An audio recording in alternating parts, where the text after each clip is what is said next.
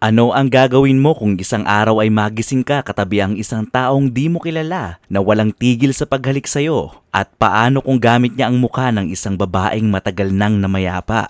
Ito ang kwento ni Ray, isang lalaki na nasa gantong eksaktong sitwasyon. Una nating makikilala si Ray sa future. Habang nag-e-explore sa isang abandonadong gusali, nakarinig siya ng mga footsteps sa koridor. Bago pa makapunta sa pintuan ng naglalakad, pinagtagpi-tagpi ni Ray ang mga bagay-bagay at nagets niya ang mystery ng ating kwento. Ngunit huli na. Mula sa pintuan, lumitaw ang malabong anyo ng isang babae. Mukhang spirit ito. Hiniling ni Ray na maghinay-hinay ito sa kanya. Pero parang hindi naman mukhang maawain ang nilalang na ito. Ipinakita ng kakaibang babae o spirit ang pares ng pangil nito. At isang nakakakilabot na pangyayari ang naganap. Sinunggaban niya ang mata ni Ray, ang ilang daliri at saka ang kanyang kamay. Yikes! Di ko alam kung dapat ba blinerd ko to. Baka iba ni YouTube to, mga pre. Anyway, matapos ang nakakapanindig balahibong eksenang iyon, babalik tayo sa nakaraan. 1 year bago ang insidente, isang umaga, nagising si Ray sa isang normal na araw at nadiskubre niyang sira ang kanyang aircon. May kung anong nakabara sa aircon niya, may gagamba sa loob. Pagkatapos niyang gawin ang kanyang morning routine, nakita niya ang isang higanteng sapot sa tabi ng kanyang kama na lumitaw lang matapos ang 2 oras. Pero wala iyon kanina. Dahil galit na siya sa mga gagambang ito, tumakbo siya sa tindahan para bumili ng pangontra sa gagamba. Kala ko kumuha siya ng Baygon. Baygon, baka naman. Nilagay na ni Ray ang binili niyang spider repellent. Tumakbo na siyang papuntang school niya. Pero wala rin itong naitulong. Pagbalik ni Ray, mas marami pang sapot ang nakita niya. Matagal-tagal din ang laban nila. Kahit na hindi niya makita ang gagamba, palagi siyang nakakakita ng mga bakas nito sa buong apartment. Hanggang sa halos mabaliw na siya. Sa mga sumunod na araw, parang mas naging mas maingat ang gagamba at hindi na nag-iwan ng mga sapot. Kaya naman, tumigil na si Ray sa sobrang pag-iisip tungkol dito at tinutukan ang mahalagang bagay sa kanyang buhay. Tulad ng kasintahan niyang si Kyoko, papalabas na siya para sa kanilang date nang biglaang may nadaanan siyang panibagong sapot na kumapit pa sa braso niya. Pero dahil nagmamadali siya, hindi na niya napansin ang paligid. Parang may kutob akong babalik ito para kagatin siya mamaya. Dinala ni Ray si Kyoko sa aquarium para sa kanilang date, kung saan talagang nag-enjoy si Kyoko. Pero napansin ni Kyoko na medyo kakaiba ang kilos ni Ray nitong mga nakaraang araw, kaya't sinubukan niya itong pasahin. Pagkatapos ng isang buong araw kasama ang kanyang adorable na girlfriend, tuwang-tuwa si Ray. Halos tuluyan na niyang nakalimutan ang tungkol sa gagamba. Hanggang sa makauwi siya at tumambad sa kanya ang isang napakalaking sapot. Agad na nasira ang kanyang mood nang makita kung gaano kaabala ang roommate niya habang wala siya. Hindi pa ito naging ganto kalala noon. May sapot sa bawat sulok at halos sakop nito ang buong apartment. Hinala ni Ray na sinadya ng gagamba ang ganto kalalang dekorasyon para ipakita ang kanyang galit. Pero sino ba ang makapagsasabi kung ano ang kinagagalitan nito? Bago matulog ng gabing yon, nakakita si Ray ng ilang hibla ng itim na buhok na nakasabit sa ilan sa mga sapot. Matapos linisin ang apartment at siguraduhing sarado ng maayos ang kanyang bintana, nagpasya siyang matulog na. At iniisip niya na sana nagkamali lang siya ng hinala. Iyon nga lang, hanggang sa isang nakakatakot na anino ang gumapang palabas mula sa ilalim ng kanyang kama. At sa wakas ay nagpakita na rin ang gumagawa ng mga sapot sa kanyang apartment. Nang biglang magbago ang anyo ng nilalang at naging isang batang high school girl, ay nabigla si Ray. Hindi niya alam kung paano magre-react. Ngayong ang gagambang kasama niya sa apartment sa loob ng matagal na panahon ay nakatingin na sa kanya ngayon. Bago pa niya namalayan ang nangyayari, hinahalikan at dinidilaan na nito ang kanyang leeg. Mabilis ang mga pangyayari mula roon. Ipinakita ng dalaga ang pares ng pangil at kinagat niya ang leeg ni Ray. Pero hindi lang dugo ang sinisip-sip nito. May nararamdaman si Ray na pumapasok din sa kanyang katawan. Isang bagay na pumipigil sa kanya para makapalag. Parang anesthesia. Nung lumipat ang babae sa kanyang mga labi, naramdaman ni Ray na hindi na niya kayang makontrol yung katawan niya. Kumilos ang kanyang mga kamay ng kusa at niyakap ang dalaga. Kahit na nasa isip niya si Kyoko. Nang magkaroon siya ng kaunting kontrol muli, tumakbo si Ray papunta sa pinto, umaasang makatakas. Pero nahuli siya ng dalaga. Ginamit lang ng dalaga ang mga daliri nito at naglabas ng mga sapot papunta kay Ray. Napakalakas ng kontrol nito kay Ray dahil napilitan siyang bumalik sa kama kung saan ang inosenteng mukha ng dalaga ay tila humahatak sa kanya pabalik. Bago pa niya namalayan, nasa mga braso na naman siya ng dalaga. Wala nang kakayahang lumaban si Ray sa kaakit-akit na dalaga, ngunit nakakatakot ito. Ang alam lang niya, hindi ito ordinary na high school girl. Isa itong halimaw. At tama ang hinala niya. Lumalabas na ang babaeng hinahalikan niya ay si Maibara Yuko, isang 17 years old na dalaga na natagpuan lang ng ilang araw na walang laman ang kanyang katawan at nawawala lahat ng internal organs ng dalaga. Yikes! Ngayon, nasa police station tayo. Officer Daisuke Ono na nag-iimbestiga sa pagpatay kay Maibara Yuko. Ang resulta ng autopsy ay grabing nagpalito sa mga forensic scientists. Nang una nilang matagpuan ng katawan, sobrang wasak ito na hindi nila agad matukoy ang pagkakakilanlan. Sabi ng scientist, ang itsura ng katawan ni Yuko ay parang tira-tirang katawan ng hayop matapos pagpiestahan ng mga leon,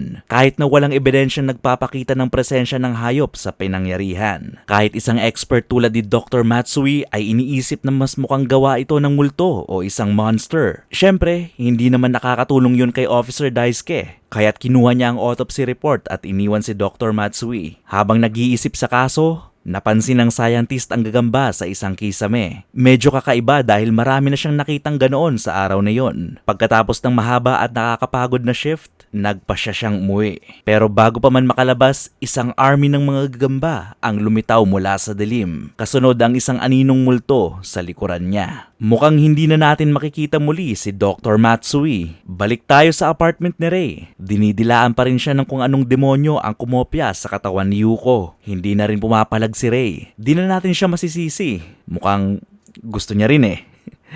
Anyway, sa mga nakalipas na araw, nasa kakaibang daily routine sila ng halikan at pagsipsip ng dugo. Sinubukan ni Ray na matigil tong routine na to. Trinay niyang kausapin ang monster na kamukha ni Yuko. Yuko na lang din ang tawag natin sa monster na babaeng ito mga pre, para hindi nakakalito. Mukhang hindi maintindihan ni Yuko ang mga sinasabi ni Ray sa kanya at mas gusto nitong yumakap at sumipsip sa leeg ni Ray kaysa subukang intindihin ang mga sinasabi niya. Nagpalit ng tactics si Ray at binuksan niya ang TV. Patuloy pa rin nilang pinag-uusapan ang pagpatay sa tunay na Yuko. At na-confirm niya nga na eksakto ang mukha nitong monster na ito sa babaeng si Yuko. Pareho pa sila ng uniform. Hindi magets ni Ray kung paanong sabay na nag-i-exist si Yuko at ang monster na kumopya sa kanya. Pero ang mas nakakatakot ay tuwing nawawalan ng kontrol si Ray, ay nakakakita siya ng ilusyon ng isang higanteng gagamba sa likod ng babaeng nagpapanggap bilang si Yuko. Nagsimula siyang maghinala na baka siya at si Yuko ay pinaglalaruan lang ng mga mas makapangyarihang nilalang kesa sa kanila. Kahit saan natin tingnan mga pre, mukhang hindi maganda ang sitwasyon para kay Ray. Sinubukan na niyang tumakas ng ilang beses, pero bawat pagkakataon, nawawalan siya ng kontrol sa kanyang katawan. Sinubukan niyang ilabas si Yuko at ilak ang pintuan para hindi siya makapasok, pero wala ding nangyari. Bigla na lang nag-appear ito sa kama. May time na tumawag pa siya ng pulis at syempre, nang dumating sila, wala si Yuko kahit saan. Gusto lang naman ni Yuko na halikan siya eh,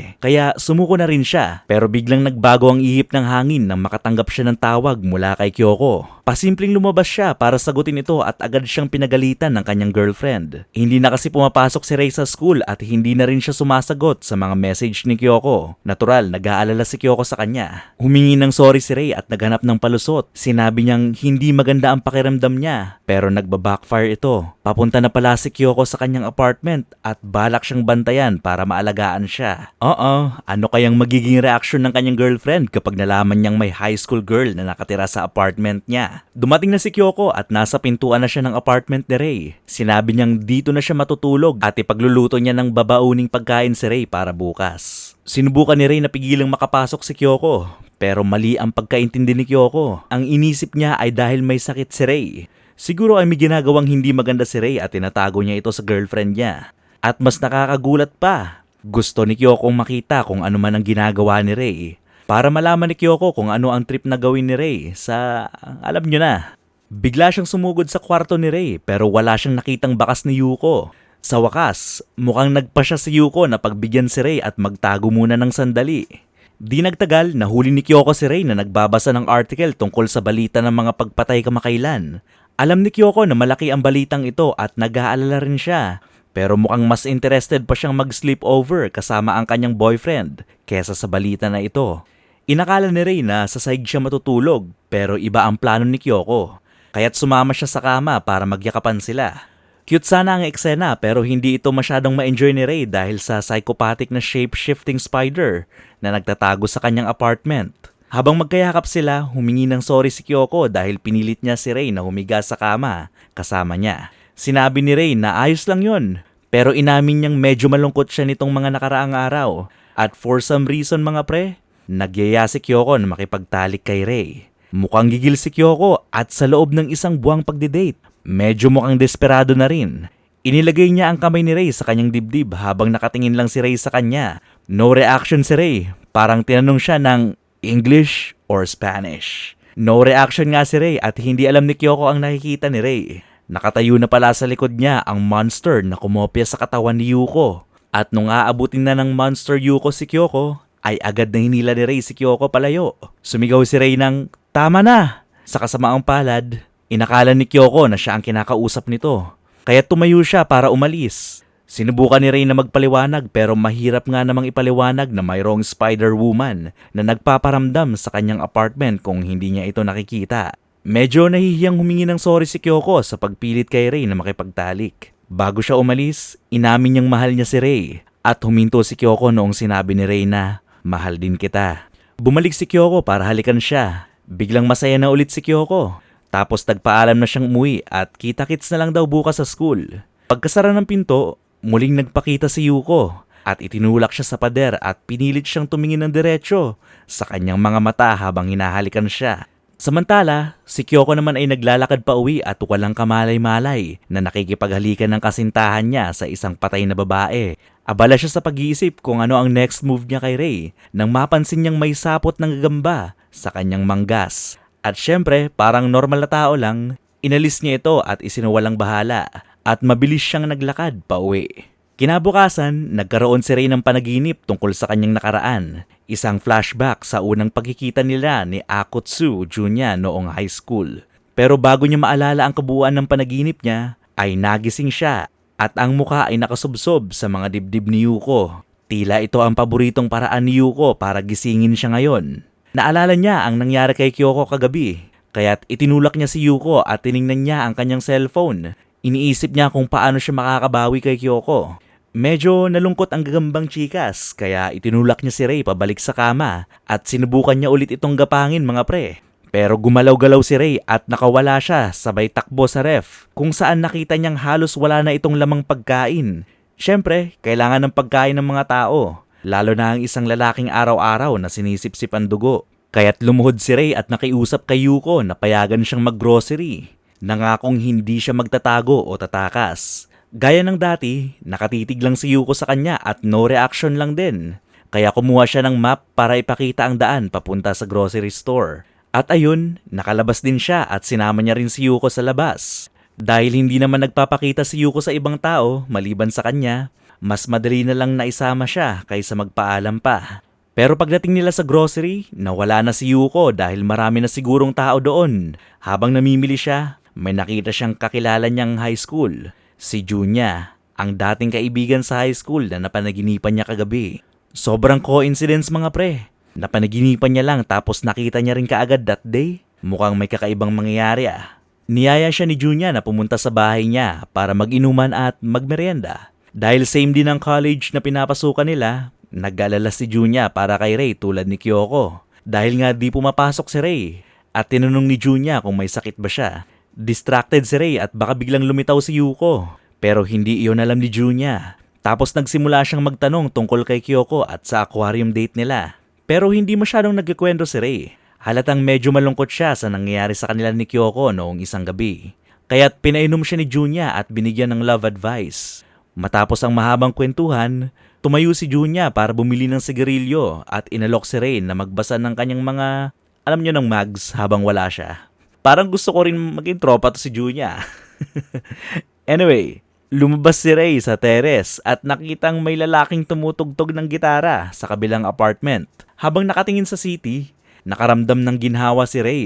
Kaya naisip niya na baka iniwan siya ni Yuko kasi may mga kasama siyang ibang tao. Kahit wala si Yuko sa tabi niya, parang nandoon pa rin ang kanyang presensya. Habang nag-e-enjoy si Ray sa tahimik na gabi, napansin niya ang isang malaki at mabuhok na gagamba sa teres. Mukhang hindi ito coincidence ah. Pagbalik ni Junya, may dala siyang pagkain at inumin. Pero ang tanging nakatuon sa isip ni Ray ay ang sapot ng gagamba na nakadikit sa kanyang balikat. Nataranta si Ray at bago pa niya namalayan, nawala na siya sa apartment. Tapos nasa kakaibang lugar siya. Napapalibutan siya ng mga bangkay na pira-peraso at may mga lamang loob na winasak. Bago pa man niya maproseso ang kanyang mga iniisip, isang higanting kukun ng sapot ang biglang lumapit sa kanya at pumalibot. Isang familiar na babae ang lumitaw. Mahigpit siyang niyakap habang pinapalibutan siya ng mga sapot para maging kukun. At biglang nagising si Ray na sumisigaw. Pero hindi ganon kalakas ang sigaw niya para gisingin si Junya. At heto na naman siya mga pre. Ngayong si Ray lang ang gising sa kwarto, nagpa siya si Yuko na muling magpakita. Biglang sumugod pabalik sa kanya. Niyakap siya ni Yuko at nagsimulang sumipsip ng dugo habang ang kanyang matalik na kaibigan ay natutulog lang. Sa sandaling magising si Junya, naglaho si Yuko sa isang iglap. Inisip ni Junya na lasing si Ray at nagtanong kung okay lang siya habang nagsisimula ng mawalan ng katinoan si Ray. Tumatawa at hingal na parang baliw. Nasa gitna siya ng panic attack habang naririnig ang boses ni Yuko sa kanyang isip. Mukhang natututo na si Yuko na makipag-usap at ang boses niya ay umaabot kay Ray kahit malayo siya, na talagang nakakatakot. Medyo nag-alala si Junya kaya inalok niya ito ng tubig. Pero agad na kinuha ni Ray ang kanyang coat at tumakbo papunta sa pintuan. Nagkukunwaring may biglang kailangang balikan sa bahay. Bago umalis, humingi siya ng sorry kay Junya pero hindi niya sinabi kung bakit. Tumakbo siya sa labas kahit gabi na. Gusto niyang lumayo sa mga kaklose niya dahil alam niyang susundan siya ni Yuko kahit saan siya magpunta. May nakita si Ray at dahil dito lalong poproteksyonan ni Ray ang mga kaklose at mahal niya sa buhay. May isang bangkay na nakabitin sa playground kung saan siya huminto upang habulin ang kanyang hininga. Grabe ang pagkakapira-peraso ng mga lamang loob ng lalaki. Pero parang kilala niya ang mukha ng lalaking iyon. Itong lalaking ito ang gitarista doon sa kabilang apartment kanina. Ang kapitbahay ni Junya. Sa isa pang flashback, nakita natin si Ray kasama ang kanyang tito na walang iba kundi si Officer Daisuke Ono mula sa police station. Binilan siya ng kanyang tito ng pagkain dahil nag-aalala ito sa kalusugan niya. Pero mukhang si Daisuke ang nangangailangan ng tulong. Talagang naaapektuhan siya sa tuloy-tuloy na mga pagpatay lalo na't halos wala silang lead at sinisisi na siya ng ibang mga department dahil walang progress lahat ng mga case. At syempre, medyo curious si Ray sa mga patayan na ito dahil baka kilala niya ang pumapatay. Interesado si Ray sa latest na kaso. Ang mismong bangkay na natagpuan niya. Medyo ayaw sabihin ni Daisuke sa simula. Pero kalaunan na ikwento niya ang mga detalye ng lahat ng mga kaso. Ginamit niya ang mga sigarilyo bilang representasyon ng bawat isa sa 6 na biktima.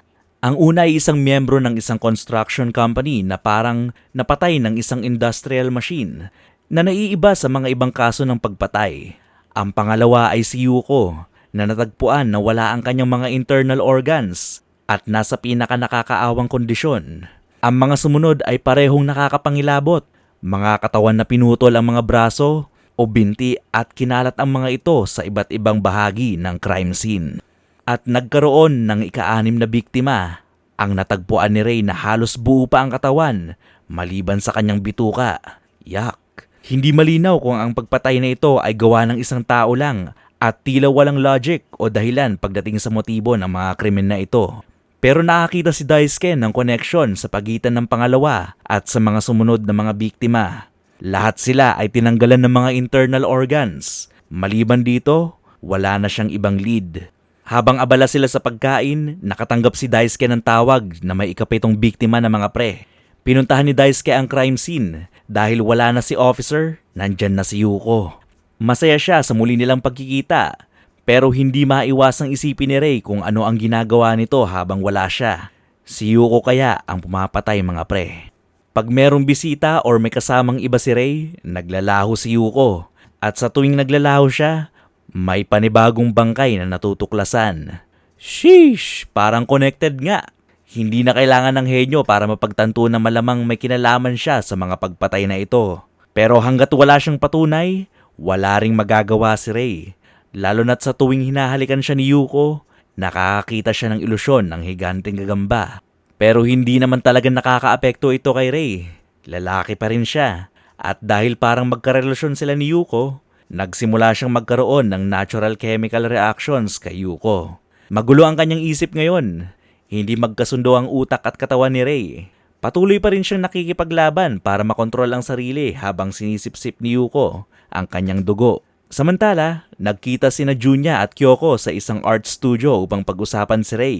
Dahil pareho silang nag-aalala para sa kanya, ibinunyag ni Junya kay Kyoko kung ano ang natagpuan nila ni Ray noong gabing iyon at kung paano nagiba ang kilos ni Ray bago pa nila makita ang bangkay. Medyo weird ang naramdaman ni Kyoko at nag-share silang dalawa ng kwento tungkol sa biglang pagbabago sa ugali ni Ray habang kasama sila. Sobrang bilis na matakot ni Ray.